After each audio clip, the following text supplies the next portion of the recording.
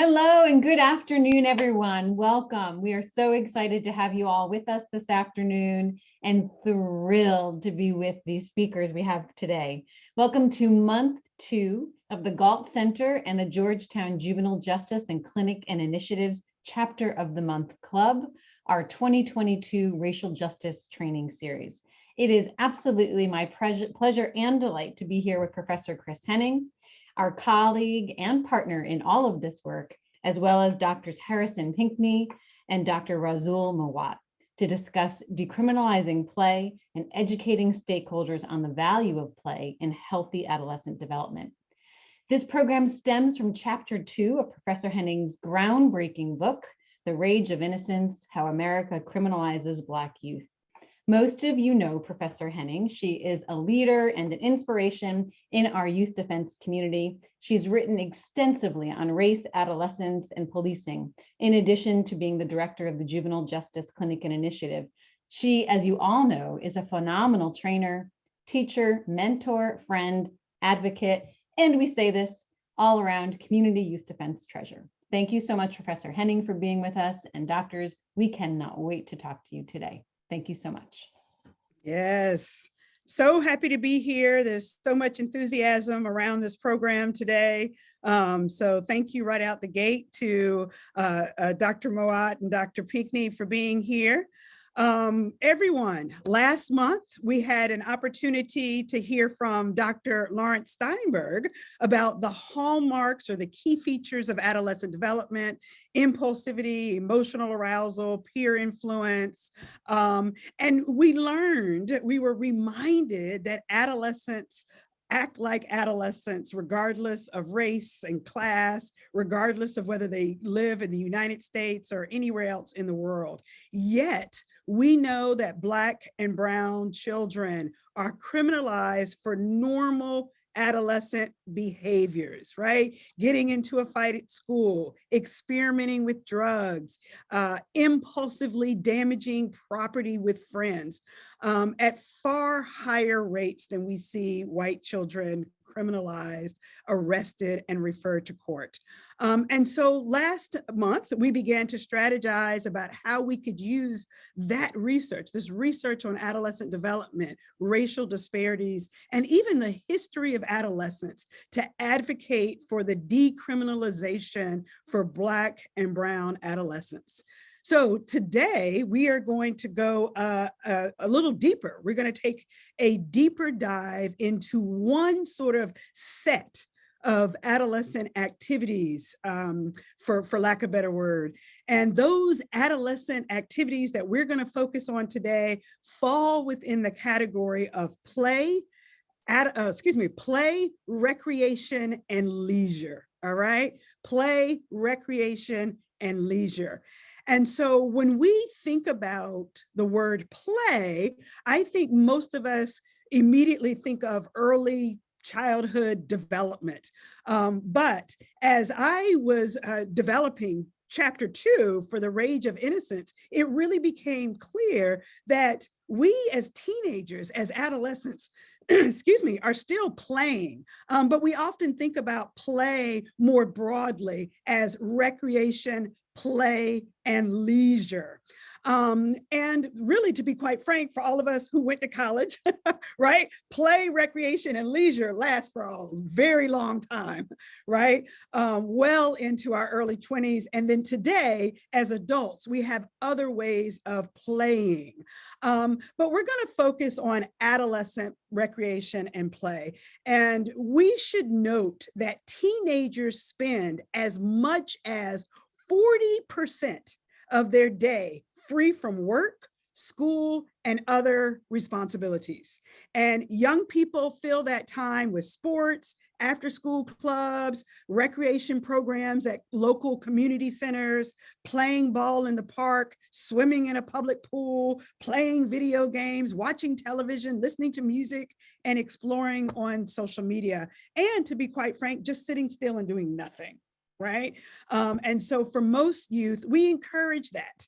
But for Black and Brown youth, we often criminalize those activities. So that's what we're going to talk about today. We've got two fabulous experts in the field. We've got Dr. Harrison Pickney and Dr. Razul Moat. And I'm going to give you their bios, but let me just tell you what we're going to talk about. We're going to talk about the benefits, literally the developmental benefits of recreation, play, and leisure. We're going to talk about how and where Black and Brown children are criminalized across the country for these normal adolescent play activities. We're going to talk a little bit about parks and recreation. We're going to learn a little bit about the racialized history of policing spaces that are usually set aside for play and recreation.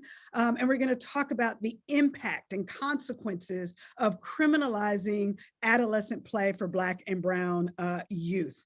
And then, of course, in this community, we are going to apply all of that research to our advocacy, whether that be individual advocacy and systemic reform.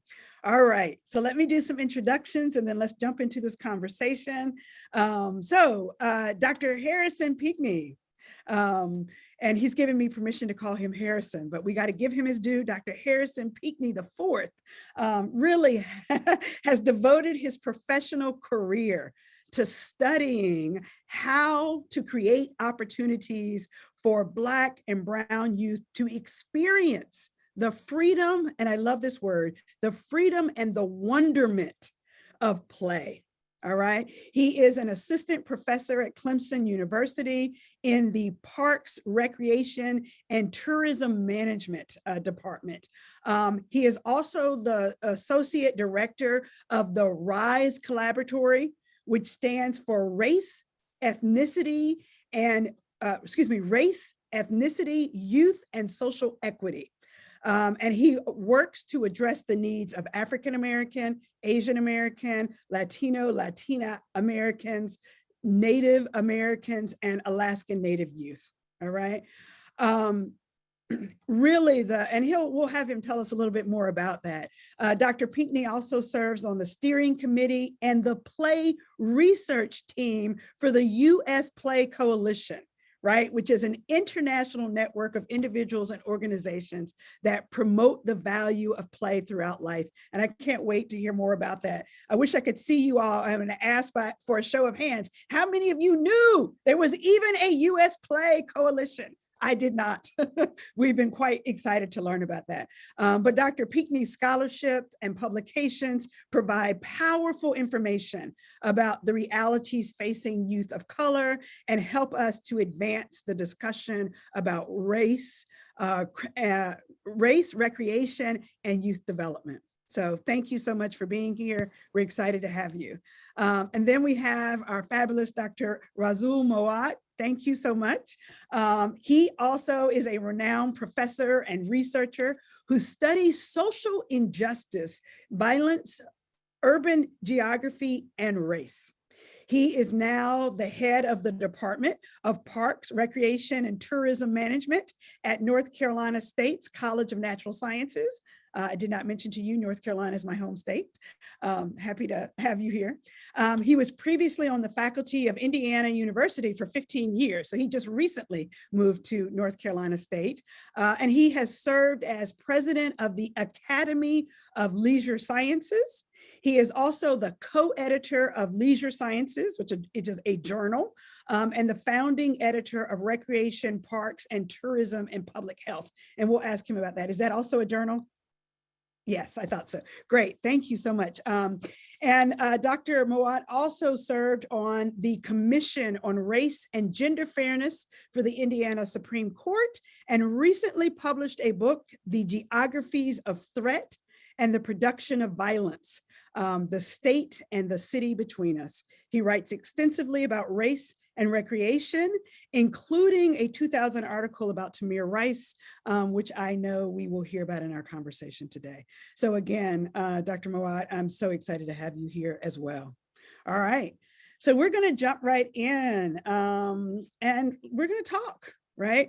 I want us to start talking about this the benefits, right? The developmental benefits of recreation, right? And I would say, especially right now, in this moment, children are experiencing, young people are experiencing so much anxiety and trauma in light of all that's going on in the world, right? The pandemic, racial tension, policing in America, politics, and now we're at war, right? Or there is a war that we're all watching. And so if nothing else, kids need a way to relieve stress. And so I want to see if you can start us off by just telling us a little bit about how recreation and leisure and play are important to adolescent development, if you will. All right. Well, thank you so much for having both of us here. So when we think about play, and I appreciate that you highlighted the idea that play continues throughout our entire lifetime, but specifically when we're looking at, late childhood, early adolescence, what we see is, and we all remember those years somewhere between 4th and 6th grade, your body starts changing, your outlook on your relationship starts changing, your emotions start to change. And, when you're 5, you're either happy or you're sad. And now there's this new mood called melancholy. What do we do with that? And so what recreation has been found to do is to help young people really navigate all of those changes that they are, starting to experience, mastering their own bodies as they're going through these growth spurts. And where I used to be able to fit in this small little hole in my house, now I realize like I'm tripping over my own feet all of a sudden. I think the other thing that happens specifically for teenagers is that we see this starting in early childhood, but definitely as they gain more autonomy, is that they begin to learn about their place in life. This is a time where, when you're, 6, 7 years old, children often are wherever their parents drop them off or pick them up or tell them that this is where you're supposed to be at a certain time. But as they begin to, become 11, 12, 15 years old, there's a lot more autonomy, a lot more mobility. And so now youth are able to, select their own free time activities and decide sort of how do I want to be seen? What type of friends do I want to be around? And so this is a time of exploration. This is a time where, we begin to become more aware of our identities and become more aware of our own contributions to the development of our identities. And so play is vital, because when you think about school time and even when you're at home, it's very structured. You're supposed to be in this class at this time, or if you're home, this is your chore time, or this is the time that you're supposed to be sitting down eating dinner. But in that free time space that, where I don't have those school obligations or those home responsibilities, that's where I get to dictate for myself how I want to spend that time. And so those are the some of, the multiple importances of play during adolescence years. And Rasul, did you want to add to that? Yeah, and so what I want to kind of add to is some sort of historical pushback or criticism on how we all supposed to think about play. And so, when we have different fields sort of speak to one another, it's kind of important to get some background of terms like leisure, play, or recreation. And so oftentimes when we're teaching in our foundations classes, we talk about in the 1800s in particular, there was the rise of 3 important social movements that sort of give us our modern sort of articulations of leisure, recreation, and play. And those social movements that emerge in the 1800s is the parks movement. So when we think about the national parks as well as municipal and state parks, many of them were founded all throughout the 1800s. And we know of troubled relationships between indigenous lands and national parks, but also how city parks themselves were constructed in certain ways that displaced populations in their construction. And then in terms of the recreation or physical culture movement, technically that's what it was called, that was more so about fitness, and that was originating out of the temperance movement that was about the absence of alcohol. But it was also tied to the nativist movement because they were definitely anti-immigrant, specifically German and Irish immigrants. And so it was about getting people away from consuming alcohol and into these physical fitness spaces, right? And then the last sort of movement is the playground movement. And this is where we sort of think about Jane Addams and other people, but many of them in relationship to the play movement or playground movement were eugenicists. And so when they conceived of play, they were thinking of ways of assimilating children of sort of the dirty, the disposable into sort of healthy citizens. And so there's a sort of problematic nature when we sort of think about the history of recreation, play, and leisure, that while others have come along to sort of cleanse, right, play and so on as something that could be more beneficial for everyone without this sort of hidden agenda, there is this sort of origin that's kind of like still sort of lingering within these sort of constructs. And again, all of them emerge out of the 1800s. And one of the arguments I make is that in the 1800s, we see them emerge because they're trying to respond to labor unrest. So they're trying to buy the peace from labor people. So trying to decrease the hours of work and offering them, this time for recreation, but then also the wealth that was generated from colonialism and slavery offered the opportunity to construct these incredible parks and the monuments and facilities that are within those spaces. So I know that's a lot of history that's compacted in there, but I think that's a relevant point to make. It is, and we're going to come back to that because I actually think, this discussion about racial disparities in access to play and recreation, which has a direct correlation with the disparities in healthy adolescent development, is very much tied to the racial history, and every single institution, in America has some of that historical lineage that begins in the 1800s, including the evolution of the juvenile justice system itself, which we're here talking about. So I'm going to definitely come back to you, Razul, and dig deeper into that history. I want to sit just a little bit more on this point about the developmental benefits. You talk about it being the benefit for some and not for others. And you added another layer, which was physical fitness, for example. All of these things, access to spaces. I want to say just a bit more about the developmental benefits. So I'm going to turn back to Harrison, if you will, because when I really, your conversation about, or comments about, this is the time when young people are beginning to figure out their place in society and their place in relationship to other people. And so some of the reading that I did for The Rage of Innocence, for example, really centered around that social engagement and the development, the opportunity to develop and practice some of those social skills, character development, leadership development. And I wonder, empathy development, conflict resolution. I wonder if you could say just a little bit more about that as another piece of the development at play. The benefits. Yeah, so I think one of the challenges that we still wrestle with within the context of youth development is, we have all of these models that, like the 40 developmental assets, the 5 C's, or I think it's 6 C's now. We have all of these models that suggest that these are the core competencies that young people should be, working towards. And then if you take an opportunity to look at some of those core competencies, you begin to see that they're very, very narrowly defined, very specifically defined. And although they are embraced by many of our colleagues within our field, our discipline of leisure studies, there's always this question of, which young people, which families were being observed and considered when these tools and these ideas were being created, right? And so it's this notion that every child should have a commitment to learning, or every child should have a commitment to their community, and this is how we define the commitment to learning. This is how we define the commitment to to your community.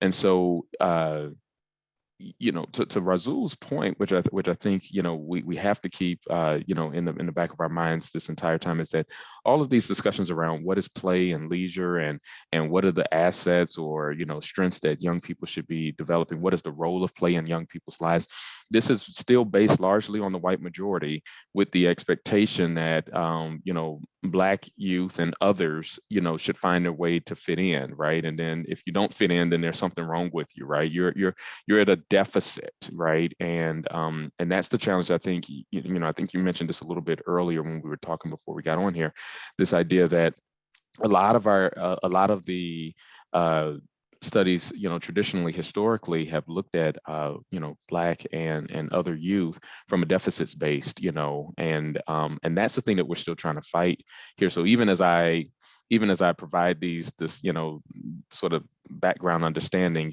I'm still always wrestling with the fact that, hey, this wasn't created with my kids in mind. This wasn't created with my nephews in mind. This was created with, and we can't even necessarily say all white youth, right? But white youth from a particular economic background, from a specific types of neighborhoods. This was designed with them in mind, and hopefully everyone else can find a way to fit in. And again, if you don't have those assets, if you don't develop those 5 C's in the way in which they've been defined, then something is wrong with you. Yeah. So then let me ask you this, right? Because I love this reference to, your nephews, your own children. Like, what do you want for them? So I guess I could even ask the question this way. I value recreation, leisure, and play in my adulthood, and I want it for my children. So the question is, for Black and Brown children, what do we want them to have? Right? What do we want, putting sort of I really like, I kind of want to know what these 5 C's are, but I want to pull us back in, and maybe we could get back to that. I want to know, what do we want? Play, recreation, and leisure. Do we value it for our kids, right? Putting aside the American norm, do we want it for our kids, and what do we want it to look like?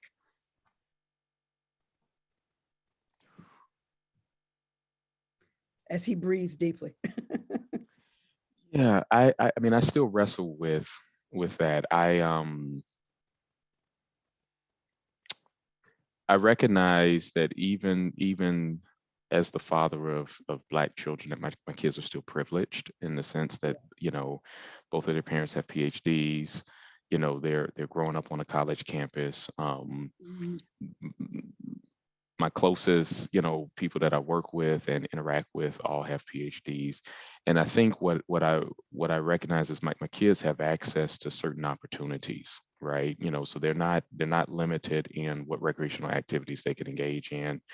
They're not limited in what in their outlook on the future, right? They don't have anyone sitting around telling them, you can't do this, right? It's sort of like, whatever they walk in the door, oh, this is what we're trying this week. All right, let's go for it. And I think, the absolute simplest answer that I can provide is that I want every kid to have that. I want every one of our specifically, or I say especially kids that look like, my family.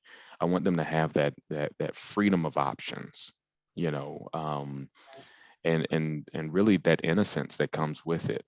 Right? There's an innocence that comes with this idea that, I can grow up and be, whatever, and no one looking and saying, but can you really? There's an innocence that's there.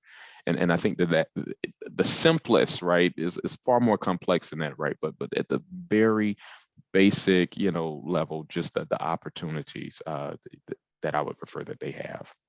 I love that answer. Absolutely. Yeah, and I just wanted to chime in, many of the parks and recreation departments within cities within the United States specifically, still use the term quality of life. And, both Harrison and I can sort of, problematize, what does that really mean, and what do districts sort of allude to that? But coming back to parents, I think there's aspects of this that's difficult for any type of field to really sort of define, because it's really about wanting the child to be alive and also to live, right? And so while we can sort of come up with these other sort of qualifiers to sort of flesh that out, but we do not want this child to lose their life, as a child. But we also want the child to be more than just surviving. The child should be able to thrive. And so when we think about, cases of people not having access to playgrounds and parks, or being able to go out with their friends to a movie theater and these types of things, these are all aspects of this alive or living, and living sort of, desires that a parent would want to have, to their children. Yeah. So I think that's a wonderful segue to where I wanted to go next, which is exactly this question about the ways in which Black and brown children are denied these freedoms, the innocence. And I really did love your word, wonderment, that was in your biography, the wonderment of play. And so I want to make sure the audience, the folks who are listening, really understand, right, who maybe have not grappled with this. But what does it look like? I think we have some of the obvious examples. You talk about alive, right? Being able to live, to be alive, to stay alive when I go out and play with a toy gun, as like Tamir Rice, which he's getting everything from physical exercise, fresh air, all of these things. So what I would love to do is to hear you all tell us, what does it look like? I call it, right, the criminalization of play, right? And you can resist that term or give it a new term, but the criminalization of play, recreation, and leisure, what does that look like for Black and brown children? And how does it manifest? Anything from police violence to arrest to what? Exclusion, barring notices. I'd love to hear you all talk about that. And then we'll circle back to the history of those spaces. Dr. Mowatt, I'll let you go first. Yeah, I saw the mouth structure looking like, well, that's on you, Rasul. Don't you like teamwork? I think it's important to sort of add in this dimension of private property. And I think why I'm trying to bring that into our conversation or into our thinking, proximity to valued private property will increase the likelihood of the criminalization of those young people, period. Mm-hmm. So in the spaces in which private property is devalued, either, at lowering levels or completely at null, so that either spaces or neighborhoods that have been completely abandoned by city government and other sort of structures and services, those children are going to be safe from state violence, right? They may not be safe from internal community violence, but they'll be safe from some form of state violence from a state actor. But when all of a sudden those young people are in close proximity to increasing levels of higher property values, then their presence, regardless of behavior and conduct or look and so on, is going to then be criminalized in some particular way. So whether the place is being marked for gentrification, and rezoning and development, or this is already a place of wealth, and they're going to visit friends, or they're just going into a neighborhood they think is going to be fun for them to engage in on the afternoon, they're going to most likely encounter some type of state structure that could result in minimally some incarceration or arrests, and horribly, of course, the potential of losing their life. And can I ask whether this maps on to Trayvon Martin in a way, right? Because it was the gated community and the efforts to protect that community from outsiders, supposed outsiders. I wonder if that maps on. That's what just occurs to me. Oh yeah, correct. I mean, Trayvon Martin, Tamir, I mean, these are all property value, sorts of thing, right? Because of course, with Tamir Rice, it wasn't like that's the only place that he played that gun. The gun wasn't just given to him that morning. The gun had been given to him at least, I think, within a week, and so this wasn't the first time of him playing with it outside in any particular way. And we can get into more specifics about the Tamir Rice, point, because I think there's a lot of stuff that's packed into that sheriff report that's really enlightening and important for us to sort of consider. But again, my argument is really thinking about ways in which property values, private property specifically, sort of associates that. And so I know for parks and inside parks, playgrounds, these become extensions of the property values of those homeowners as it kind of constantly goes up. And so in an abandoned area, you know, a park is also going to be part of that lesser value park. But in a location of increasing levels of wealth, then that park becomes an extension of those people's homes. And then that's another space that's going to be excessively policed in a number of different ways. But yeah, so I love this. This is so enlightening for me. And I'm sure many folks who are listening to think about that intersectionality between, you know, private property wealth and this criminalization. So that's very, very helpful. Harrison, you want to add to this notion about what does it look like and how does it manifest, the criminalization?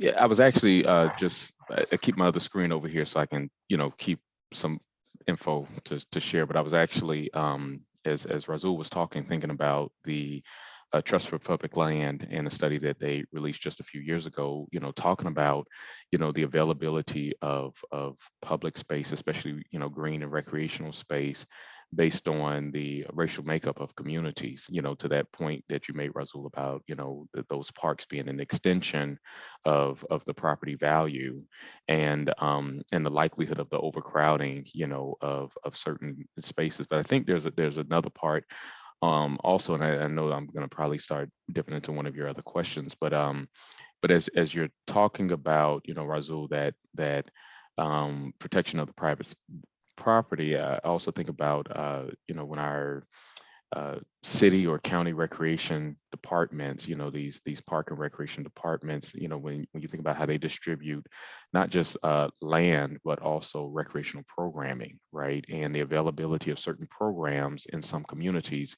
So, you know, when you go in one community, you may see a basketball court with no nets, and then you can go into another community and they have well-lit tennis courts that, you know, very well taken care of. And then, you know, tennis courts are lit at, you know, midnight. You can still go out, for example, and potentially, you know, engage in that sport. And so what that means is, if I have a son who decides that he's interested in you know, in tennis, for example, we have to go to a certain neighborhood. And so this becomes, you know, I would argue in some ways, you know, at times that our park and recreation agencies can be, you know, complicit in the policing and the surveillance of Black youth, simply, you know, by the way in which they develop policies about, you know, where we're going to put, you know, resources, right, and where we're going to distribute, you know, programs and services.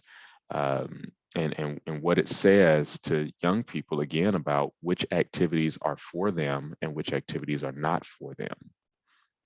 Yeah, I just so love, please. And I just want to, like, you know, I think, you know, Harrison brought up a really good point that one of our colleagues, Jennifer Walsh, and her team out in LA has done extensive research when we sort of think about allocations of taxes to development of parks. And so I think the important thing that everyday citizens don't really think about is that when it's a public park and the property taxes come in to sort of fund the park district or parks department, depending upon what state that you're in, those resources are supposed to be equitably allocated all throughout the district. So the people of one neighborhood don't contribute to that park that's right next to their house. They contribute to the district or the department. Right. And so when we sort of see this inequity in facilities and other amenities within a park, we know that there is an intentionality to that allocation, as well as, you know, what parks then have more surveillance cameras than another park, and what parks have the deployment of parks police, you know, or on-call city police. These are also still coming out of the tax dollars to the park district, because even when a city police comes onto a park, the city police is going to bill the park district or parks department. And so there's then not just the inequity in the allocation of these resources. There's also the inequity that is in the deployment of things that restrict the play and the presence of people within these parks. And I think, again, most everyday people sometimes think that somehow everything looks in order, right? A poor neighborhood, poor park, rich neighborhood, rich park. No, if it's a private park, that's a different story. But we're talking about public parks. They're all funded by all of the citizenry that's paying property taxes within a given area. I got to tell you, you're in a room full, a Zoom room nonetheless, but a room full of lawyers. And I hope people are like, my head is about to explode about we'll get to systemic reform and thinking about litigation strategies and advocating for young people. But my mind is like, wait, what about equal access, equal opportunity, and in some of those approaches? You're hitting so many things that I could pull out of this. One of the things that I asked you, and you just really have answered beautifully, this question about what does it look like to criminalize? How does it happen? How does it manifest? And this notion of more surveillance cameras, more, park police being allocated is certainly consistent with what we see, even outside of the recreation space. So this is the kind of information, that we as a community of defenders and advocates for young people need to know and understand as we think about how to respond. Are there other examples of that? It's certainly really resonates with me. The only other thing that I thought really jumped out at me is I talk a lot about policing as proxy, which is whereby there we go. I bet you we're going the same place. Exactly. Millions are more likely to call. So please speak on this. Yeah. Just the idea that citizens feel emboldened and almost deputize themselves, right, to act on behalf of local law enforcement when law enforcement officers are not available. And I think there was a story 2 years ago now in Pittsburgh where there was a kid, I guess, 2 Black youth sitting in an abandoned truck in a public park. And this was a play structure for the kids. And so apparently there was a little girl that was having a rough day, and this boy went in and was just sort of comforting her, and, they were friends. Everybody in the neighborhood knew the role of this truck, but then there was a white citizen that came by and decided all of a sudden that this kid was vandalizing this truck and attempted to apprehend this youth himself, even with a sibling standing nearby saying, "This is my brother and we're out here playing." And we see that here in South Carolina, Aiken, South Carolina, 2018. There was a mom when a Black youth came into a public pool, or maybe it was a community pool, but decided that it was her responsibility to tell him to leave. And it's all caught on camera, both of these incidents. And the only thing that appeared to be the offense was that he was Black, right? She didn't say he was violating any rules. She just told him he didn't belong there. And she even, for those of you who are not familiar with the story, she actually slaps the kid in the video, and tells, and he respectfully leaves and stuff. But it is this idea that the police aren't around, so I'm gonna deputize myself and I'm gonna act on their behalf. And when the police come, I know that I'm gonna be, reinforced that my actions were justifiable. Yeah, really, 2 tragic examples, but perfectly square on with that. Rasul, it looks like you were going to add something there. Yeah, just returning back to the property, private property sort of connection to this as well, is that when we look at criminal justice studies that look at neighborhood sort of perceptions or endorsements of policing activity, when we sort of see people with higher sort of incomes and household wealth, there's a greater sort of desirability of, police interceding or police presence in a particular neighborhood. And that's across sort of all sort of ethnic sort of respondents, regardless of, which ethnic respondent. So everybody sort of wholeheartedly wants more police presence, more police action as their income goes up and the wealth that they sort of have goes up. So then we then see this in action in cities like Detroit, where the city itself is still struggling financially.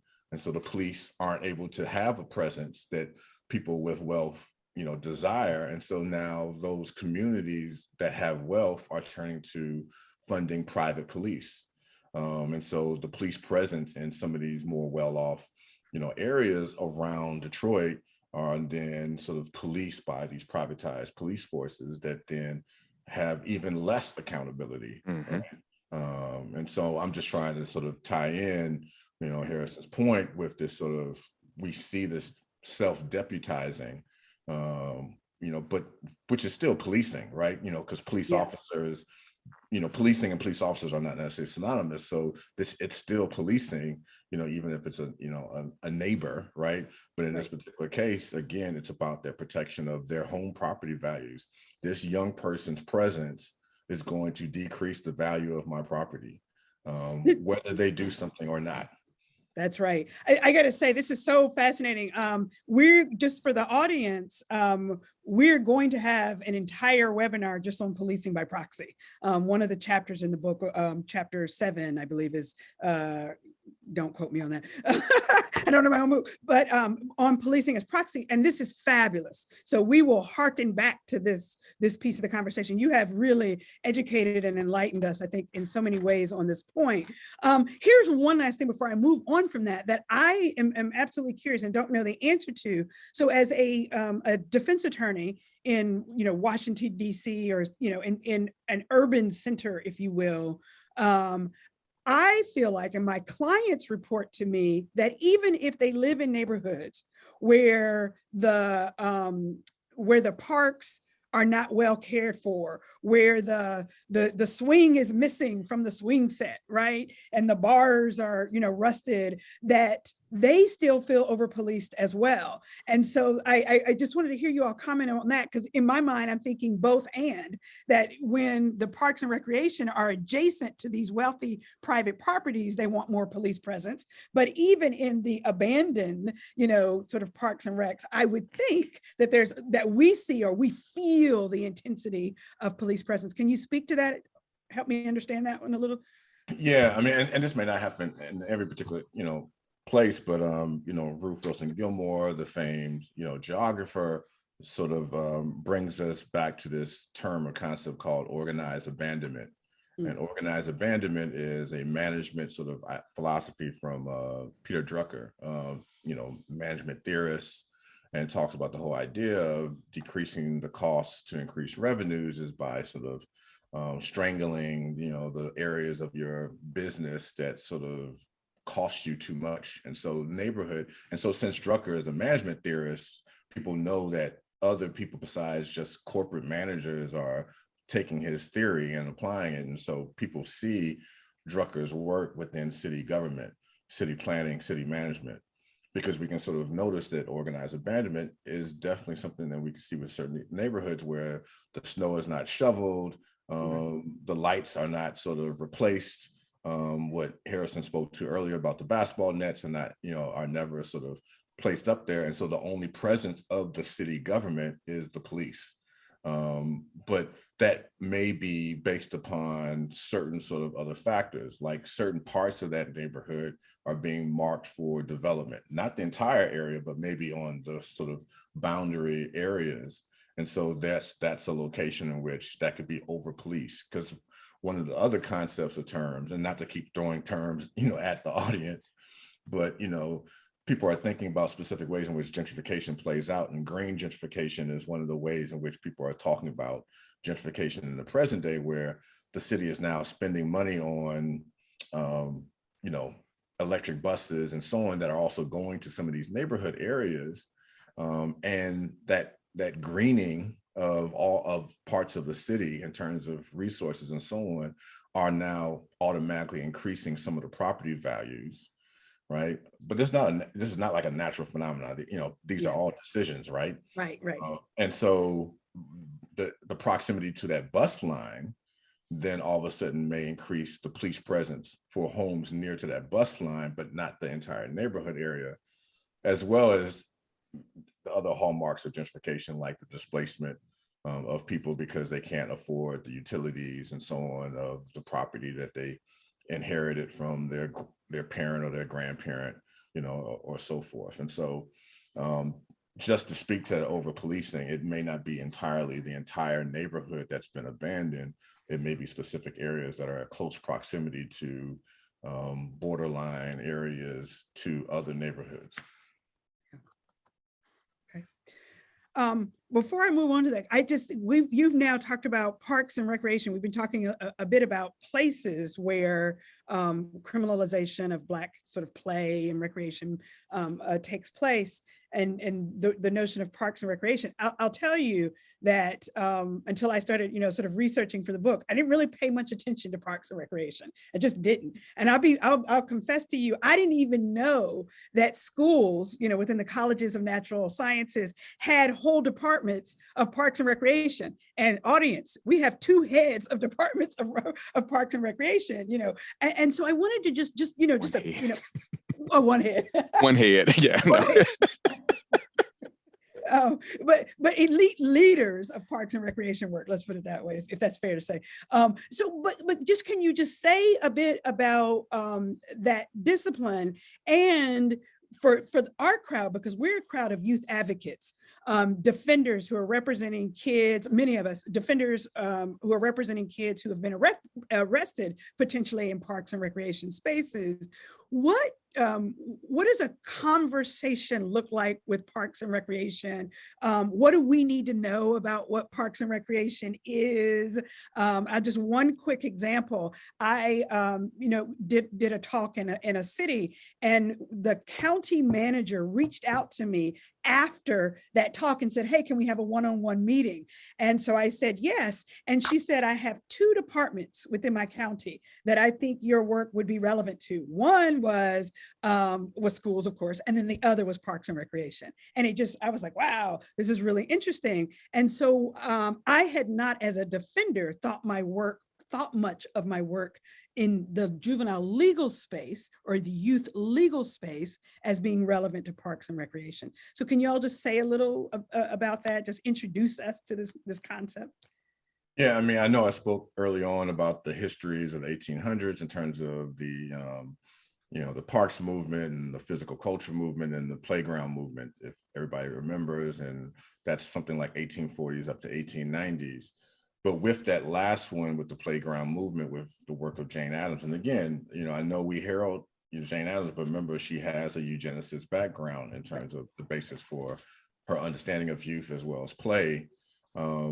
We see professions then begin to arise after her sort of seminal work begins to sort of take place, that we know is the 1903 edition of The Spirit of Youth, right? So social work, comes out of, that playground movement work. We also see, professions like interpretation and so on, and park ranger is coming out of city parks. And so you have to eventually have certificate programs that turns into degree programs. And so universities beginning in the 1930s and 1940s start to hone in on the certificate-based program for professionals who are going to run these areas that either are playgrounds or just simply parks, or, and so forth. And so when we start hitting the 1950s and 1960s, then we start seeing the degree programs in various universities. And so Clemson, North Carolina State, Indiana University, Illinois University are some of the oldest, parks, recreation degree granting programs, trying to provide higher levels of professionalism, not just a bachelor's, but also master's and PhDs, for the profession.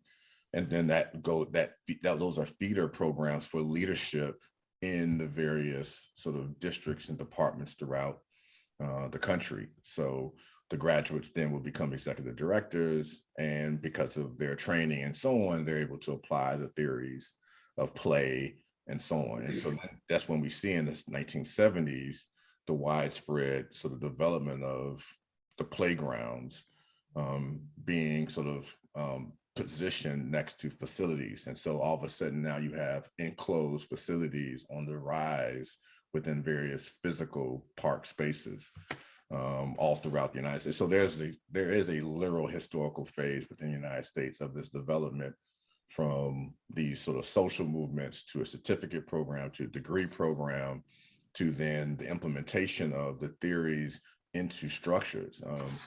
Like park facilities weren't a thing that has always existed. You know, a pavilion becomes from a certain tradition before a facility, you know, and a playground comes before, you know, the park pavilion. Some of us are old enough to remember in the playgrounds, the old rusty rocket that, you know, if we sort of jutted out of the bars, we could fall to our death, you know, down to the ground, you know, completely. I'm too young to remember any of that. I have no idea. And the reason why we have, you know, playground apparatuses that look different, you know, in the present day, these are all outgrowths of different sort of stages of the types of professors and teachings of thinking about these things, but they come from literal traditions and time. And I think simultaneously, you know, Razul, remembering the formation of the National Recreational Park Association, which, you know, came about formally in the 1960s, but again, you know, around the 40s and 50s is when you start to see, you know, those different associations pop up. They merged, you know, in the 1960s. And so that also lended to the professionalism of the field, where now you have thousands upon thousands of recreation professionals gathering annually, both at the national level and then at the state level. And then some states also have regional meetings, you know, all centered around you know, establishing, you know, some standards within the field for, you know, to Razul's point about the playgrounds, what should be the minimum standard of care within, you know, within our facilities, but also, you know, for those who are not pursuing, you know, the 4-year degree or even the 2-year degree, there were still those certificate programs, and some still in existence today to help, you know, someone graduate from high school, they could still pursue a career in this field. And so yeah, there's a whole world out there. And interestingly enough, some of these conversations, I don't think that they're as rich, I would argue, but some of these conversations or stated commitments to, you know, promoting the well-being of, you know, Black youth within, you know, recreation spaces, you know, are at least being touted, you know, by some of these state and national associations. But again, maybe not having the same critical lens as what you're, you know, providing through your textbook or excuse me, through your book. Right. So this is so helpful. I you know, being introduced to the space of parks and recreation, and thinking about how we in our youth defender, youth advocate communities can partner with you all around some critical questions. I've already heard myself, you know, even understanding to the extent that parks and recreations plays a role in deciding how many and what surveillance cameras go where, right? I mean, I assume in partnership with the local police department, but thinking about how many park police, and thinking about something you said earlier, Harrison, about access to programming. And I also think about the deprivation, you know, of programming when I'm arguing or advocating. Are there other ways in which we, or that the two of you, either one of you, have ever sort of partnered with, for lack of better words, criminal justice projects, youth justice projects to eliminate or reduce the criminalization of young people in those spaces? And if you haven't, that's okay too. We could think together about how we might do so, but yeah. No, I have not had the opportunity. I mean, there have been times in which I've been asked to sort of be an expert witness on particular cases, but it has not resulted in me actually serving in that capacity, you know. So no, you know, to answer your, you know, question directly, no, I have not. Yeah. And we'll come back and we'll talk more about that, because I want to hear more about, for example, the U.S. Play Coalition and the RISE Collaboratory. But let's what I want to do is I want to pause for a second, because I think when we have these kinds of conversations, we talk about history and research, and that we want to make sure folks really understand. And I understand that it's not clean and it's nuanced and complicated about what play looks like. But what we want to do is just have a quick poll. Right. And at least for this audience, think about what play looks like. And so we're going to do a poll, and the question in the poll for the audience is, what activities did you engage in for leisure, recreation, and play when you were in middle or high school? And we want you to select all that apply. And if every single one of these applied, then that counts. While you all are doing that, I'm going to read them. Can you all see them, Razul and Harrison? Okay, so you can see we got everything from swimming pools, which we've talked a little bit about, going to parties. So let's see what we get from the audience. Listening to music, and let's see what we get. And I will say, while people are answering, it reminds me of Harrison, right? Like you talked about, look, you've got children that are the offspring of two PhDs. So, you know, we're presumably in this crowd, you know, not presupposing anybody, but, you know, we've got folks who are degreed, either, you know, social workers or lawyers, investigators, advocates for youth. So we may be speaking from a place of privilege. Let's see what our results are. All right. Okay, so we've got, as to be expected, all of these, okay, I'm sorry, I didn't mean to chuckle. You can tell the age. Right. We're too old for social media. So I'll start with the low categories. The low categories are playing with video games and engaging with friends on social media. So I think that's really funny. But I bet you, 10 years from now, if we ask this crowd, that's going to be a whole lot higher. Another low one, which I'm actually quite surprised at, is playing war games and toy guns. And I wonder why that comes in low, because I think about kids running around, even if they didn't have a water gun, right? Even pointing their finger, your right thumb and your finger running around chasing after each other, playing cops and robbers. And the research shows empirically that I did for the book, I found at least one study that showed anywhere from 60 to 80% of all kids, have played with a toy gun. And that it's particularly a toy gun is such a part of the American folklore that I'm surprised that is as low as it is, but it is what it is. But the higher ones, of course, are going to be hanging out with friends, including after curfew, listening to music, playing games and sports outside, riding our bicycles, and swimming in a public pool. These are just things that we have all done.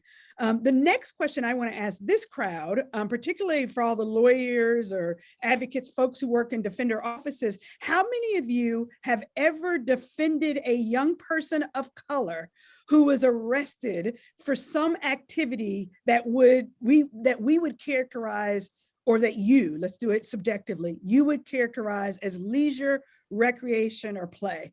And I would assume it's everything on that last list.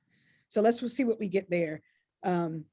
While we're coming in, I certainly could say virtually every single one of those, I have represented a kid in some way. I was just, as we were doing the bicycle one, the number of times I've represented a kid who was arrested based on a lookout description for two kids on a bike, or one kid with a bike, and I'm like, why is that reasonable, articulable suspicion?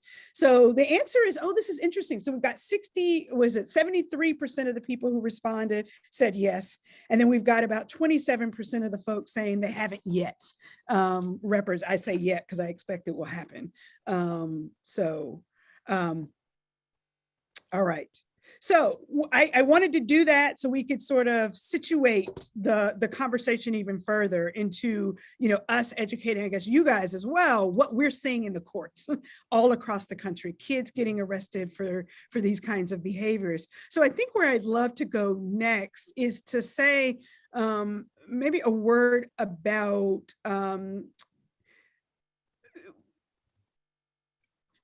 maybe an example, because I was going to talk about the biases, but let's talk first about the examples. And so Tamir Rice, if you will, maybe as a starting point, as an example, And then, so let's sit on that for just a couple of minutes, and then I think we can move to the other example in Grand Rapids, Michigan. So why don't we start with you, Razul, to talk about Tamir, then Harrison, I'll ask you some questions about Grand Rapids, Michigan. Yeah, I mean, when we look at the pages upon pages of the sheriff's report, that follows up as a sort of, kind of an internal investigation of the sort of municipal police, department's actions that results in Tamir Rice being killed. I mean, so much is uncovered within it. One, of course, the details of the gun, being bought by his father, and the gun that was purchased from a store did not sort of have the plastic tip that sort of denoted that. But I mean, Ohio is also an open carry state and all those types of things. Those types of details, I think that became more public, but other details weren't, made public from the report, such as Tamir Rice and his sister were frequent, attendees of the park that he was playing in, as well as the recreation center that is off camera to the left of the gazebo that, he was around. And so he was always there with his sister, his older sister, but due to teasing, because, the family was not, well off, his clothes were smelly and he was being bullied, for different sort of games inside the gym, he stopped wanting to go in. His sister continued to go in. And in fact, his sister was inside, the recreation center when he was shot. So it begins to sort of add, come into play, like, why is he outside, by himself? He's outside by himself because his sister's inside playing in a place that he did not feel welcome in. But also when we look at the footage, there's all these employees and other people that are walking into the center that walk by him playing with the gun. So either they recognize him or they just completely dismiss him as any potential type of threat whatsoever. So that is a whole nother layer to it. How then does the police even come there? Is because some guy who wants to drink his alcohol in a paper bag is sitting in the gazebo, for whatever amount of time, observes, Tamir Rice playing there. He leaves to go to a tavern and play, and he calls the police from the tavern. And of course, he says that he thinks, it's a child, but, that's not also conveyed by the 911, operator, and so there's all those dynamics. The park itself has something like 9 surveillance cameras throughout the park.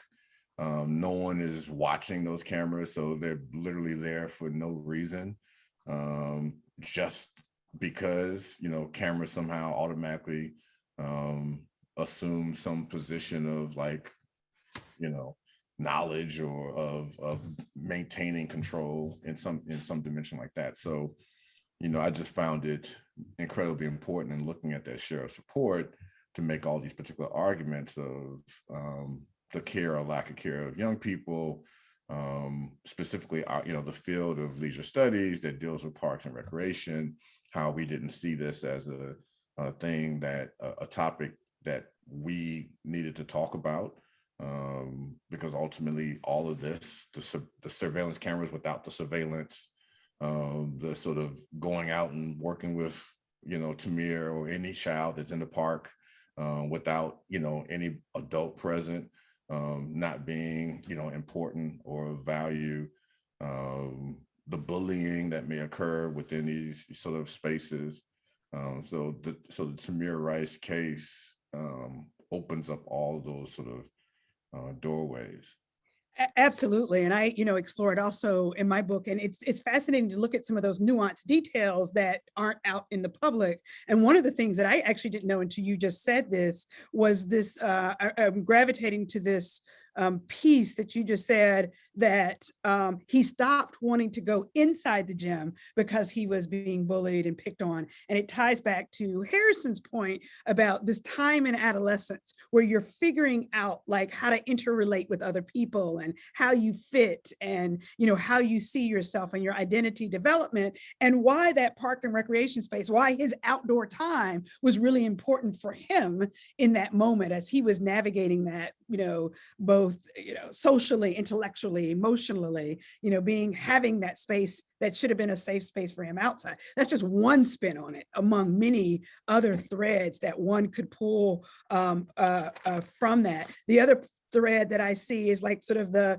this conversation about parks and recreations is a race equity conversation in all the ways that we're talking about. I think that's really useful. I also think about when we talk about our kids, meaning our kids, again, this is a youth advocate defender community. So I'm talking about the collective that we represent. It is both a policing by proxy. You've got this guy who calls the police, plus you've got this kid who's under surveillance, plus you got this kid, when the police come, they don't give him the benefit of the doubt at all, and begin shooting in less than 3 seconds. All of that speaks to the work of criminalizing play, a toy gun, an airsoft gun. And, you know, like I said, if my research was correct, then, you know, there are far more people that acknowledged it on this Zoom that have played with the toy gun. And so for me, that's really important. Can I just, before I move to Harrison to talk about an example out of Grand Rapids, I'd love to just say a word, or hear you all say a word about the ways in which, you know, implicit bias colored what happened, right? Because as you said, right, it is sort of behind the scenes known that the caller said not only was he probably a child, but said that the gun was probably fake. And that never got conveyed to the officers. But even if it had, and I make this point, even that if it had, the officers arrived on the scene and they see a black male with a gun or not, with a dark black object. And so implicit bias had a significant role in how that got interpreted. You know, is there anything, you know, you wrote an article about this, anything that you want to add about that, or helping us, even not from your article, but thinking about how implicit bias colors the perceptions that people have of what play looks like? And that could be either of you, I don't know. Well, if I may, Razul, I think one thing that I would add is, and we've seen this in the work of Nathaniel Bryan at Miami of Ohio, this idea, and we see this a lot in education studies. You know, I think 2 years ago, Yale University released a study, an updated study from something from, you know, probably 20, 30 years ago, this idea that first, specifically when we're talking about Black youth, that they're often viewed as much older than they really are, right? And I think if I may, that you know, contributes to some of the way that the story was told, right, publicly, you know, and I think what Razul did was a great service to Tamir Rice and to his family by providing these details that most people did not take the time to go and you know, research, right, and understand. And so you know, in the news, it was almost portrayed as, well, how were we supposed to know that he was 12, right? You know, and multiple studies have shown, you know, especially, you know, Black male youth, teachers view them as much older, and also view them as physical threats beginning in the 3rd grade, right? So when we talk about some of that bias, it's not just this you know, only this racial bias, I think, that occurs, but sometimes there's a gendered bias that ties into, or sex bias that ties in with race, where, you know, an 8-year-old, and think about that, a 3rd grader is 8 years old, maybe 9. And so you're talking about a 9-year-old. Teachers across this country have overwhelmingly, you know, studies have found, have overwhelmingly viewed 8 and 9-year-old boys as having the physical prowess of a grown man, right? And so what does that do when you talk about a 12-year-old in the park and the not all of the details necessarily being conveyed from the phone call to the, what was this sent out via the dispatch. And so, and Razul, please correct me if I'm wrong on any of this, but I do think that that is a part of the conversation that I think sometimes has to be, considered is the view of the Black male body. Absolutely. The demonization of the effort to demonize the victim. So, police take the life of or injure, do violence to the Black child and want to then criminalize or demonize them by saying they're older and physically threatening and the like. But there is, in addition to the research, Harrison, that you just spoke about, many of us in this community are well aware of the research by Dr. Philip Atiba Goff in 2014, the study, The Essence of Innocence, showing that, Black boys in particular were perceived to be 4.5 years or more, 4.53 years older among civilians who were study participants, and 4.59 years older, they were perceived to be that much older by police officers who were in the study. And so that's really, really significant. And I'll ask my colleagues to drop that study in the chat as well. And there are a number of implicit racial bias studies that we have summarized and provided for you in the chat. It's an annotated bibliography of all the implicit racial bias studies specific to the sort of juvenile justice, criminal justice space, including evidence that children in groups, Black and brown children in groups, are perceived to be more dangerous than white children in groups. Studies showing that, Black and brown folks, ambiguous facial expressions and ambiguous behaviors of Black and brown children are perceived to be threatening and dangerous, when those exact same ambiguities on white faces are considered to be innocent or less dangerous. Plus the wonderful education work studies that you talked about, how children in as early as the third grade and are perceived to be older. So thank you for that. I'd love to go. Yes, did you want to add, Razul? Yeah, I just wanted to also add, though, I think, a part of, this sort of discussion of implicit bias, I think also has to be questioned, but also expanded in some ways. And so I know there are some sort of researchers, especially since like at least 2018, that have cautioned in making this connection between implicit bias and explicit bias, and also in terms of action. But I think one of the key sort of studies in implicit bias that has not really been explored enough has been police reaction time. So the whole sort of typical implicit bias test with the attribution of faces with sort of characteristics, that's one thing that's been criticized thoroughly. But the thing that has not been explored enough has been not just the simple reaction, in terms of the attribution of a characteristic, but actually lifting a gun and shooting a target. And so there has been at least a couple of really, really good studies with police and their sort of shooting time with like images on a shooting range. Yes.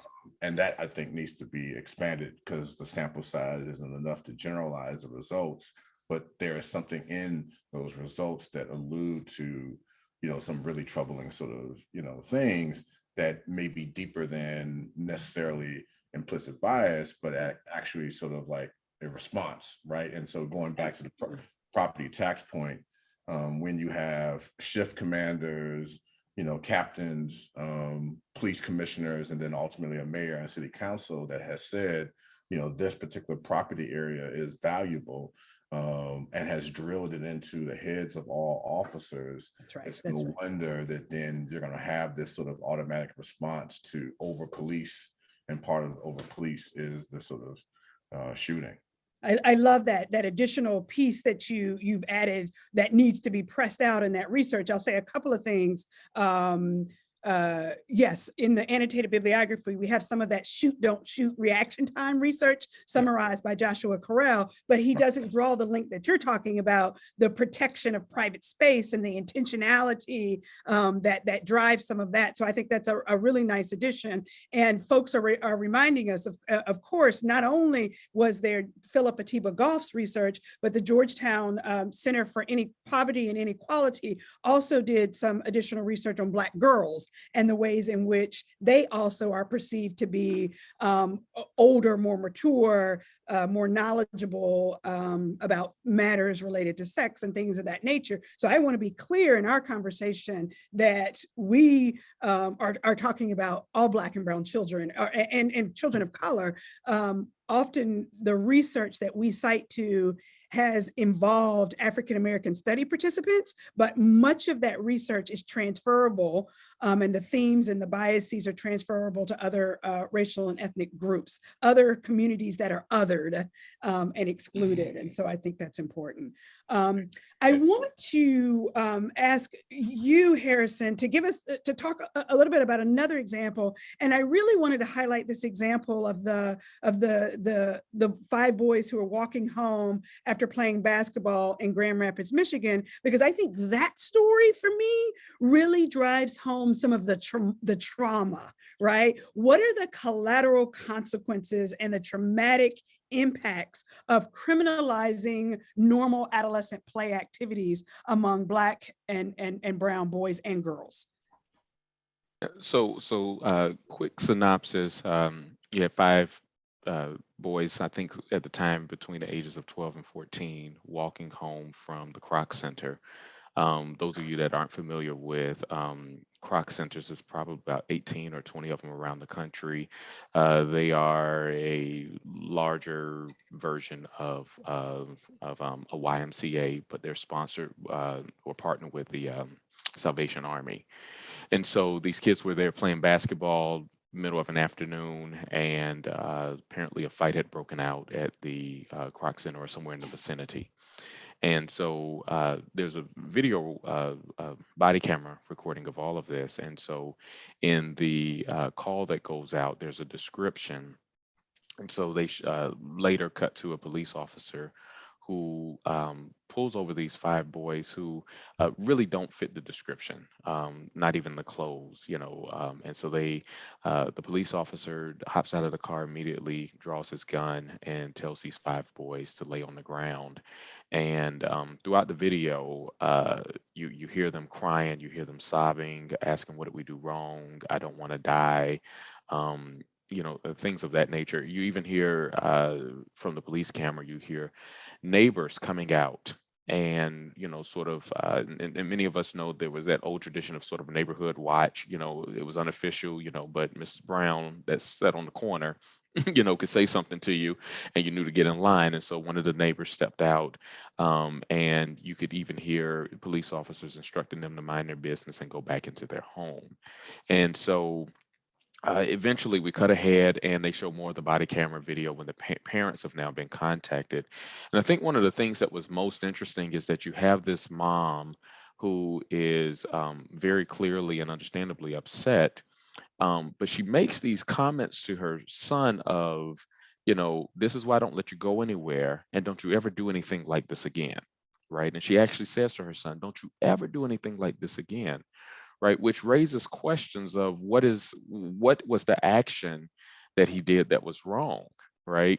He wasn't skipping school, right? It wasn't like he was playing basketball while he was skipping school. He wasn't out after hours. This was in the middle of the day when the parents clearly knew where their sons were located, and so to hear this mom, sort of scolding her son for walking home on the sidewalk. You couldn't even catch him for jaywalking, right? And so as you talk about the trauma, the follow-up was a year later, you have a reporter to come and talk to these families and sort of try to understand, what has been the consequence of these kids and their interactions. The police don't really offer an apology. It's sort of your child was in the wrong place at the wrong time, and it was like, no, they were in the right place at the right time. You just made you made a bad choice. You made a poor decision, and so the end result was that these kids had, sort of scaled back their space, right? Their space of freedom. They were no longer visiting the Croc Center. They were avoiding a lot of, public events, according to the article, according to the interview. And they had decided that they were going to stay home, play basketball in the front yard, stay in the house, engage in video games and just hang out sort of in smaller, more controlled environments. And so, the trauma, right, and the impact of that. And I think that we have other examples that we see around the country where people are doing follow-up work trying to understand what are the consequences of this, and to what extent might recreation be impacted, to what extent might this feeling of exploration, especially, as I said at the beginning, teenagers, this is that time that there's, sort of looking for that autonomy, trying to get around. You talk about riding bikes, right? That bicycle represents some level of independence, because now I don't have to wait on mom and dad to go over to my friend's house, no longer have to, man, I got to walk 5 blocks, or, if I'm in a rural area, I no longer have to walk those 2 miles. I can hop on my bike, be there in 5 minutes. And all of that sort of being reduced as a result of these type of interactions, both with the police and with, just citizens of communities that have taken it upon themselves to police or surveil, Black youth. Yeah, that is so powerful. And we really wanted to drive home the trauma part, right? Like I hear that as trauma. Like I am so traumatized, I choose not to. And the parent was traumatized, Right. and therefore chose not to, right? Or didn't want children to go out. And, I also think about as a segue to how this is relevant to some of our work is these moments, right? These denials, this criminalization of play then affects not only the child's, I love this point, child's autonomy, child's ability and engagement with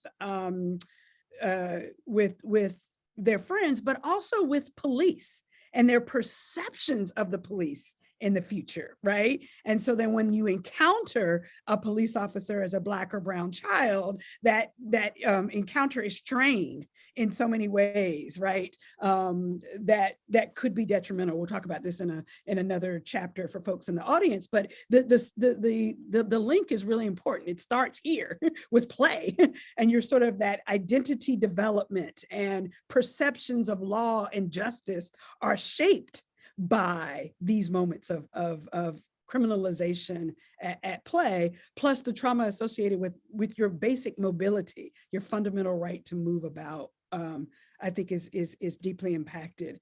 So what I really want to do is I want us to just think about what do we do and what advice do you have for us in helping us think about how to resist, reduce, and eliminate this criminalization of play among Black and brown youth. And so as an intro to that, I'd love, if you will, give me the version, the short version of what is the U.S. Play Coalition and what is the RISE Collaboratory, and what you all are seeking to do with that space. Maybe I'll start there. Okay. So the U.S. Play Coalition has been in existence, I want to say about 10 or 15 years now here at Clemson University. And what they seek to do is bring together professionals and educators from around the world to talk about how do we engage in play, how do we make play accessible, what are the challenges and critiques of play. That is very heavily focused on practitioners and partnering with people that are, decision makers in communities and implementers or deliverers of play opportunities. Within the RISE Collaboratory, and we're only in our second year, I think it's extremely interesting. What we are attempting to do there is first recognize who are our experts around issues of race and youth, and what we are working actively to do is to move beyond people with letters behind their names to recognize, candy ladies, for those of us that remember the day of the candy lady, that's an expert in the community, right? Mr. Brown, who sits on the corner, is an expert in the community, and bring these individuals, youth pastors, coaches, advocates, court-appointed advocates and things, bring all of these individuals together to talk about action-oriented research that we can engage in, evidence-based interventions that we can provide that will shed some light on how to create more opportunities for our various youth from racially marginalized communities. What we also make a very distinct point of doing is understanding youth within their own context. So what I mean by that is that we're moving past lumping all youth of color or BIPOC or whatever other term that we see, sort of floating out there, to specifically understanding, Black boys, and then separately understanding Black girls, as much as possible, understanding them regionally, right? And what it means to grow up in the South versus what it means to grow up out West. And so as a result, we are bringing in experts that are specifically looking at specific populations to contribute to the larger story that we're hoping to tell. And so we have what we call scholars, RISE scholars, that are stretched across the country, and they're coming from all types of backgrounds, and again, not just limited to academics, not just limited to researchers. And so I see that Reba put our link there, and I'll quickly tell you that we are always asking people to please go on, sign up to be a scholar, and we can provide more information. But what our goal is, our ultimate goal is to be able to have a pretty comprehensive and detailed database that can be able to allow people to understand what's going on with our youth across the country, where are the places that they're being empowered, where are the places that they are, maybe feeling more vulnerable, what parts of the country, and actually have it geographically mapped so that when you look at a map of the country, it's not just here's some stats about youth, but to really be able to understand what's going on in DC versus what's going on in Miami versus what's going on in Bryan, Texas. And so I'll pause there because I know you have some more questions. No, that's good. This is fabulous. And you answered one of the questions I was going to ask, which is, do you want us as youth advocates and defenders Absolutely. to participate in it? Yeah, it sounds like it. Absolutely. So that sounds fabulous. Yeah. That's all very, very helpful. And I encourage all of us to read. I want to turn to Rasul and thinking about it, whatever advice you have for us, but specifically around, are there any policies or recommendations, in this question of, private and public spaces, parks and recreation, that you want us to be lobbying for or advocating for that would benefit children who have been, arrested and criminalized in these spaces? Yeah, no, I know we all come from like different political sort of positions or frameworks or lenses. And so, one of the things I would sort of look towards is, what are some things that we could do preemptively? So can we get rid of police departments within park districts or parks departments, right? Because yes, I'm sorry. You know what I'm saying? Like, because the range of criticisms that people can lobby or wage against city police or sheriffs and so on, just only intensifies itself within a small sort of department that's within a actual park system. So we can imagine the lack of, again, training and the over reliance on some form of physical altercation to remove somebody who's unhoused in a park and so on by these individuals, right? So can we remove park systems that have police embedded within them, right? Because those funds can easily go towards programming or something else, right? and we've seen creative ways this has been responded to, like places like Vancouver.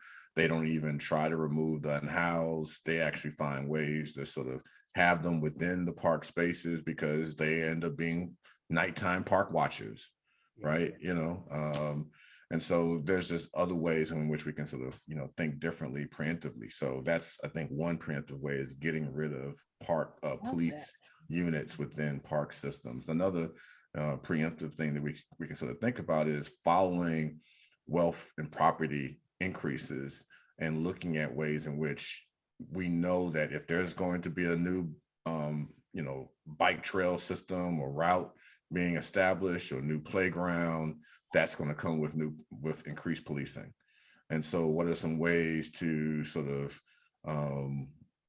deal with ordinances around hanging out, by young people? Like, cause I remember back in Chicago, I think it was in the mid 90s, the late 90s, there was the whole loitering ordinances of 3 or more young people who were Black in different areas. If they were just found on a corner or whatever else, they could be arrested. Of course, that was eventually, rallied against by neighborhood organizers and was done away with. But that's an example of, not waiting until it happens, sort of thinking ahead of time. Well, with this new park, with this new trail system, with this new sort of playground apparatus that looks kind of shiny and clean, that's going to come with increased some type of policing presence, because as we know, and unfortunately we have to think in this particular way, they do not give nice things, to to people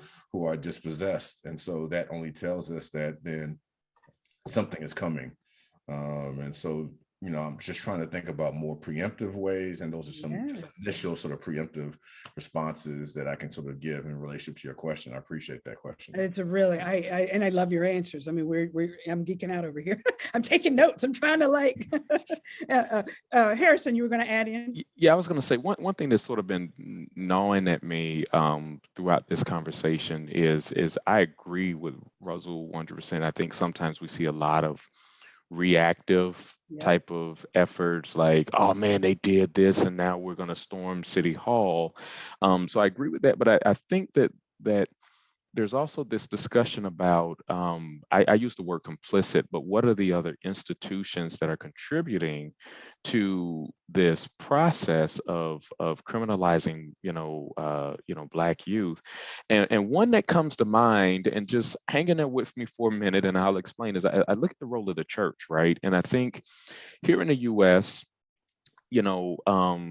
in many ways, being a good patriot, being a good U.S. citizen is synonymous with being Christian, right? And I think about the stories that that was told, I think in Genesis, Noah's son Ham looked on his nakedness, and then there's this story about how his son was cursed with dark skin. And the reason that this is important is because, we have churches across this country that teach this is where Black people came from, right? And I think we fail to recognize at times how ingrained this idea of, well, obviously they need to be watched because they were the result of sin, right? And I know we're in a space of recreation and we're talking about youth and play, but I think we forget sometimes that thousands upon, well, actually millions upon millions of people sit in these pews every Sunday. And we're not even talking about the more recent, uber extreme beliefs, right-wing beliefs. We're just talking about just basic teachings that have existed since the foundation of this country.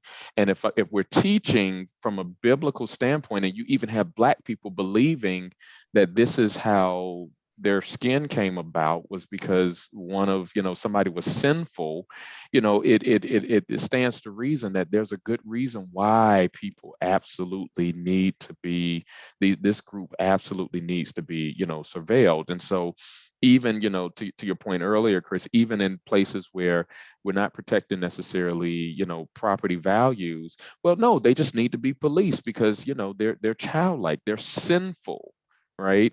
And that's a conversation I don't think we delve into enough, is recognizing the role. And I am a preacher's son, okay? So this is I not can hear it somebody in your getting up voice. I'm here. not. Yeah, this is not somebody getting up here saying down with the church, right? You know, like the church is, but it is just recognizing that the church has played a very significant role in this process. And so if I'm hearing this on Sunday morning, I'm hearing this again on Wednesday night at Bible study, you know, and I'm hearing this in Sunday school as a 4-year-old and 5-year-old, you know, Black and white youth are being raised to believe that certain groups potentially need to be surveilled. And so not only is it my duty to protect my property, but it's my godly right, right?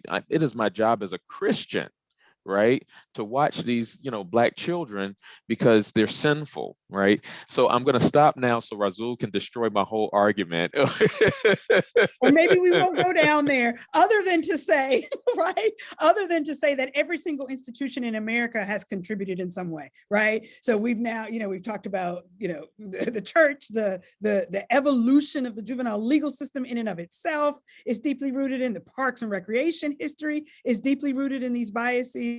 So I often say that America has a long, long history of failing to treat children like Black children like children, and brown children like children. And we see it play out in all these institutions. What I want to do is, for our last 20 minutes, I'm going to invite Marianne Scally back onto the screen to really press us to continue this conversation about remedies and solutions for us as youth advocates and lawyers. You, Razul, have given us phenomenal ideas to think about it in systems reform and policy reform. And Harrison, your ideas have been phenomenal around community engagement and getting at the table to have these conversations through RISE, US Play Coalition, and the like.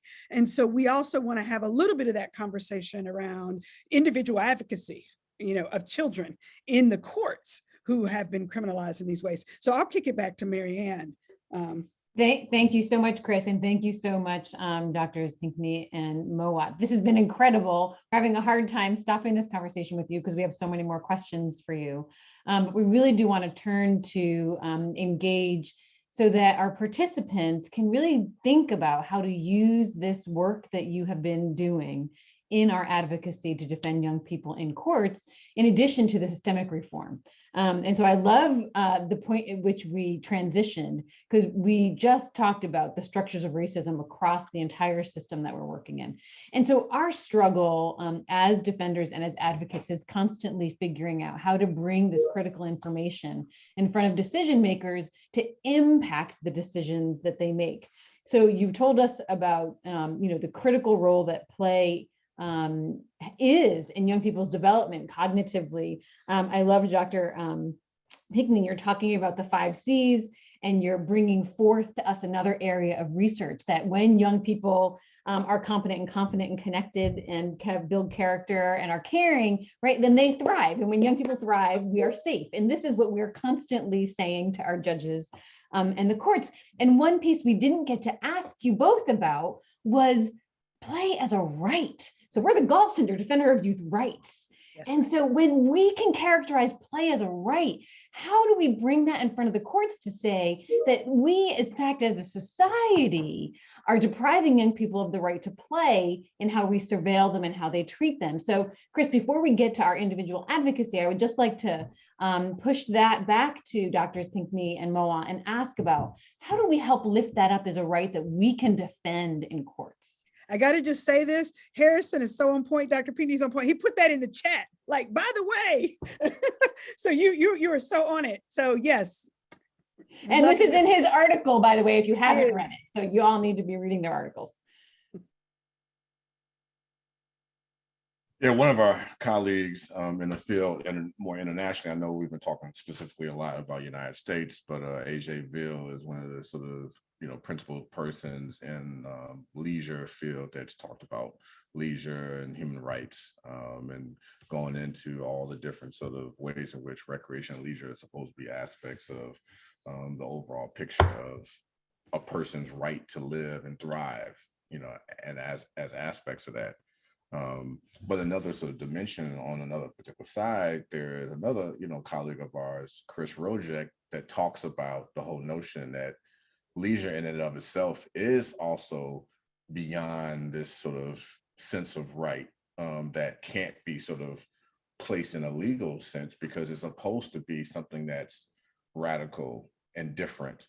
It's not supposed to be confined in any particular way. So he talks about leisure being the seat of antinomialism. So it is not about following the norms anyway. And so trying to balance those two things, because we have to think about, especially in terms of the survey that we asked each other, things like video games and so on, that fits right within that space of what maybe people can get behind when we think about leisure as a human right. But once we get into hanging out with friends, and I can just think about things I did with hanging out with friends. We didn't just sit on a porch, every Saturday for 10 plus years, right? We went and did some things, and a lot of those things were not sort of, at the heart of what I think I would want even my mother to know, right? And so, but those were things that were crucial aspects of our social bonding, our experience, our sort of trial and error, and so on. And that also produce things that the culture now finds acceptable. When we think about some of the music forms and art forms, they come from this youth culture, from play, that was also that does not fit within the confined and restricted spaces. One of the incredible and not really heralded documentaries tied to youth and play is Rubble Kings, that's based out of basically the history of hip hop in Chicago and the Bronx, and how these young people, to prevent, in their abandonment, prevent their own self-destruction against each other, they met within a Boys and Girls Club to sort of come up with a ceasefire and produce these parties for peace. But it was not an official Boys and Girls Club program, and the Boys and Girls Club would never have thought about, or any other sort of recreation provider would have thought about, hey, you all get together and come up with your futures that will also shape the rest of the United States. That would never have happened. And so, again, just want to think about, one, what Ville talks about, leisure as a human right, and there's all this language within the United Nations that speaks to directly leisure and recreation, but also what Chris Rojek has sort of talked about, which is, but there's aspects of leisure that is not about, following the norm at all. Because if it's going to be leisure, then it must be up to the person. Right. And what I love about your description, Dr. Mowatt, was how it's so important to have freedom to experiment, right? And in that freedom of experimentation, young people develop skills, right? They develop leadership skills and creativity skills and, executive functioning skills, because as they're designing and innovating in this play, they're becoming the adults that we know will be such strong contributors. And without those opportunities, we restrict and deny, these opportunities to become and, learn from all of the beauty that could come out of these experiences of play. So I know we didn't get to hear from you too much about identity development in play, but just making sure that we, underscore that piece of it. Dr. Pickney, you were going to jump in on that. Yeah, I was going to say, as I was listening to Razul, I was thinking about the affluenza movement and how, we clearly, the nation clearly supported that exploration and that experimentation, even when it meant loss of life, and gave a name to it and provided an excuse for it, and for certain youth. But then other kids who were engaged in comparatively harmless, work or activities were criminalized, and that's the real issue. It's not that the exploration is not allowed. It's just who's allowed, to engage. Absolutely. And unfortunately, we saw it just again recently with Kyle Rittenton, right? I mean, there's a differential decision-making that's applied, and we see this structurally throughout the juvenile legal system. So Chris, I'm going to put you on the spot. We've just heard all of this amazing new information, and we as defenders are all imagining how we could use this in our individual advocacy. So you as our leader and community member, what are you thinking about? What could we do? Yeah, like I told y'all from the beginning, my head has like been exploding. And I can think about all kinds of like class action litigation that we should be bringing. But let me just say a few words about some individual advocacy. And as I was listening, some things that popped in my mind that we might rely on or draw upon this research and all that we've learned today in our individual advocacy. And I invite, while I sort of go through my list, I invite the audience to, in the chat, put down ideas that you're thinking of how you might use this research in your work. And so things that have occurred to me right off the gate, right? This idea about pretrial detention.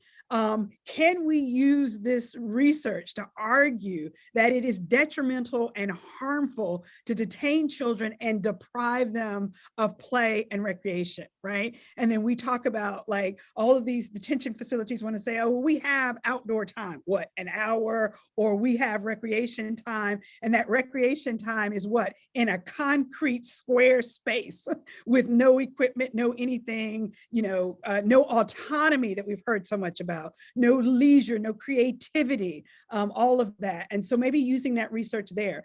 I think about at the trial stage, right? And thinking about, what is considered deviant versus what is considered normal, right? And how much grace and lenience. You just mentioned, Harrison, the affluenza movement. We let, kids, of certain races and classes do all kinds of things, and that's considered play. But yet, so when I think about criminal intent and mens rea, right? And whether or not kids are having a snowball fight of all things, right? With, and that becomes a throwing missiles, but really helping to understand and educate folks on how normal and not deviant that behavior is, and that it's not meant with the criminal intent with which it is portrayed.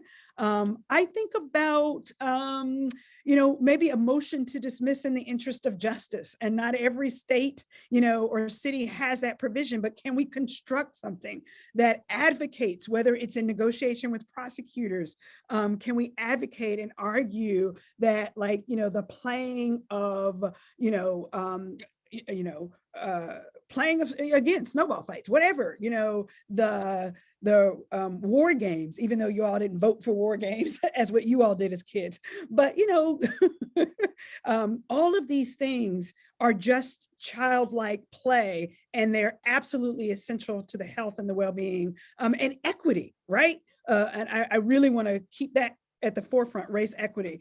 You heard me talk a little bit, Marianne, about Fourth Amendment and reasonable articulable suspicion, and how is it that riding a bike becomes the basis for suspicion, and going back to Razul's conversation about Tamir Rice, how is it that this person saw this child and reported to the police that Tamir, playing with the gun is somehow suspicious. And I think of that both with intentionality and with implicit racial bias, right? How those normal play behaviors are being misconstrued as reasonable articulable suspicion. I'm thinking about equal protection arguments, Fourth Amendment, liberty arguments, more class suit, selective prosecution around all the things that we've talked about. I'm thinking about disposition advocacy, right? Again, around deviance. And the child is not in need of care, right? Because he's walking down the street with 5 friends, with a basketball, not in need of care and rehabilitation, even when, and I thought this was interesting, Rasul, you talked about when you were a kid and engaging in some colorful behaviors that you wouldn't want your mother to know. Well, guess what? Those are normal adolescent behaviors that we talked about last month. And even then, you weren't in need of care rehabilitation. You are a PhD with, head of the department, and helping people understand, I think, some of that. Violations of probation. My goodness, how many of you out there, get violations of probation where kid, does something, whatever he does, gets put on probation, and then every single thing they do, staying out after curfew, hanging out with a wrong, quote unquote, wrong set of friends, all those things, it seems to me. And then finally, I guess I would say, conditions of confinement. confinement work, maybe that we can be really thinking about as individual advocates, post-disposition units within defender offices, really engaging with, Dr. Mowatt and Pickney around some of these issues. So calling you all as an expert witnesses in some of our cases at any of these points. Those are some things that quickly came to mind. I'd love to hear in the chat what other people are thinking about. Yeah. If I could, real quick, Chris, I just included a link that came to mind. I worked with this group many years ago, Canyon State Academy, and what they actually do is they are a rites of passage program specifically for males, male youth. And what tends to happen is most, if not all of their kids are recommended to them by the court system. So instead of having kids incarcerated for activities, and so what they're doing is they're using recreation to help these kids develop new skill sets, a new outlook. And so it's a residential school out in Queens Creek, Arizona. And I actually, studied them for a project that I was on a few years ago, and really impactful program where they take these young men, they use recreation and just acres and acres and acres of land, and they use recreation as a means of really helping these kids to see life differently. And so the same way that we talk about recreation and how Black youth can be victimized in these spaces. Some of us actually, are committed to, our work to how do we use these spaces to nurture and prop up our youth. And even when you were talking about trauma, some actually, how do we use recreation as a means of healing from, some of this racial trauma? So just wanted to give you a few more nuggets there to consider in this conversation. I love those, and those segue nicely with alternatives to long-term incarceration on the back end and alternatives to detention on the front end.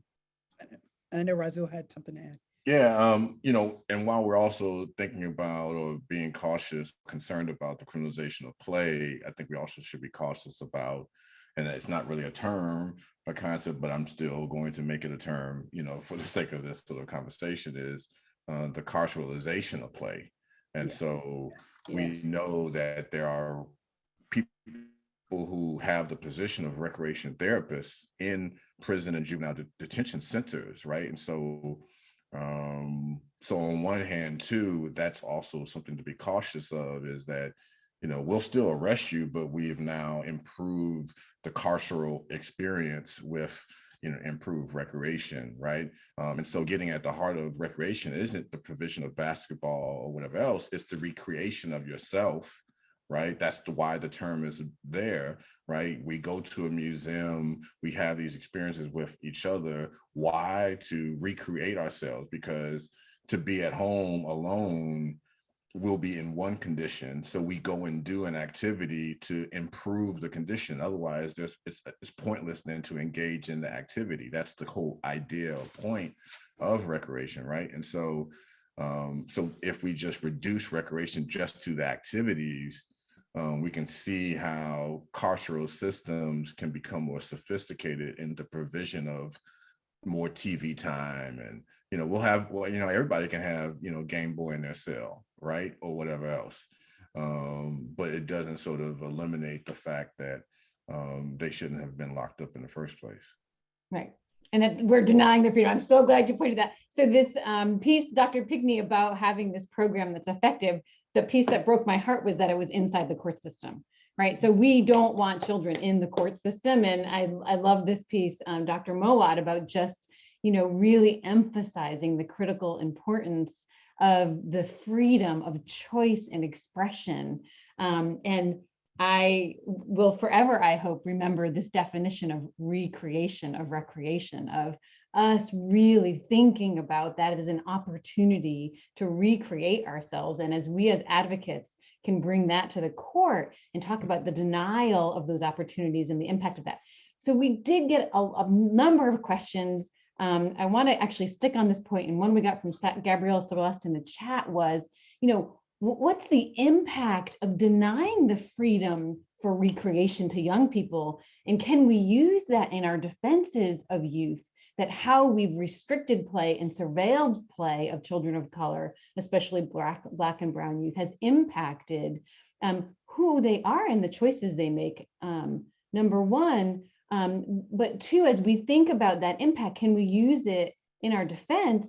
And would you two be willing to come in as experts? Would you testify about the importance of play and the impact of the denial of play on young people? So I want to push that out potentially as our last question, because we've just got a few minutes left. I mean, sure. I mean, I'm not going to offer a Harrison up. That would be completely wrong. And I would have to probably speak to, you know, his partner and so on. Why did I give up his time? But I think it's important to sort of recognize that there is individual choice of sort of recreation and play, but then there's organized play, right? And I think what you're speaking on is the organized play provision, because on one hand, as an individual, a child will create their own play in whatever environment or circumstance as they see fit, even under abuse and harm and so on. But that's insufficient, because we know there's still more that's needed, and that's where the organized play, which is through the different types of organizations and park districts and boys and girls clubs, and the access to toys and the access to apparatuses and all these types of things, are the enhancement of the play that an individual can sort of choose on their own, but also has to be provided by a knowledgeable practitioner or provider, someone who can sort of think through, what are you supposed to do at 6 years old and what are you supposed to do at 12 years old? And so that's what really we need to make sure we're advocating for is there some type of organized play being provided? What's the quality and level of it, the frequency of it, the access to it?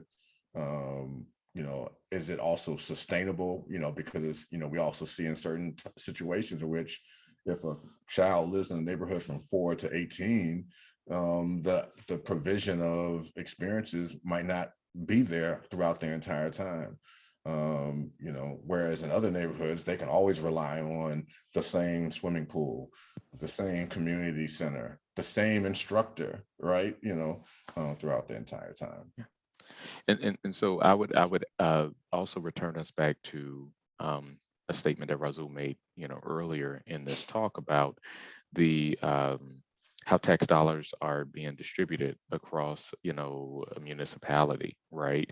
And I think that part of the conversation, if you're, talking about what are the consequences, it becomes somewhat comparative, right? If we're able to point to what are these kids over here who are, receiving services as a result of tax dollars, what are they receiving that this other group is not receiving? And then I think that that's one of multiple ways to couch some of this conversation to point, almost raising attention that the state, and by the state I don't mean like the state of Florida, but whoever is that local ordinance, they have a responsibility and they have to take some ownership in their role in some of this, right? And if we have an equitable distribution of resources across a county, across a city, the township, the borough, wherever, part of the country you live in, if we have equitable distribution of resources, then maybe some of these, what we might see as antisocial behaviors, maladaptive behaviors that are taking place might subside simply because there is something else there, to Razul's point earlier. If you don't give my kids something to do, structured, they're going to make up their own form of play, right? So I can't leave this room and then go out and be mad because they put a hole in the wall because I didn't have something there for them to do, right? And I think that it's figuring out a way to require, the decision makers to take some ownership and understand that you can prevent some of this simply through the policies that you're creating, simply through the budget decisions that you're making, right? And why do we decide to keep this field well manicured and not the other? And that is a decision that you made, right, 12-year-old, Johnny didn't make that decision. 12-year-old Johnny can't be held accountable or shouldn't be the only one we're pointing fingers at when you give him an empty sand lot and nothing else to play with, when 12-year-old Mikey has, everything available to him, a STEM program through the rec center, and we can't even get a basketball court over here, or we can't get, balls that are actually, inflated, and I think it's the ownership piece that I would challenge, people on. So I want to follow up with the second part of that question, which was, would you be willing to come in and offer testimony like that? Yes, I'm sorry. Yes, absolutely. Awesome. Beautiful. And, both in terms of individual case advocacy, because we can imagine what the denial of access to play looks like, but also what you're talking about in pieces of this are policy decisions, right? So legislative advocacy. So doctors Pickney and Mowatt, I hope you won't mind if our community reaches out to you. We had some questions, Dr. Mowatt, about Robert Moses and his controversial role in the development of parks and recreation. And I'm sorry we didn't get a chance to talk more about that, as well as the UN conventions.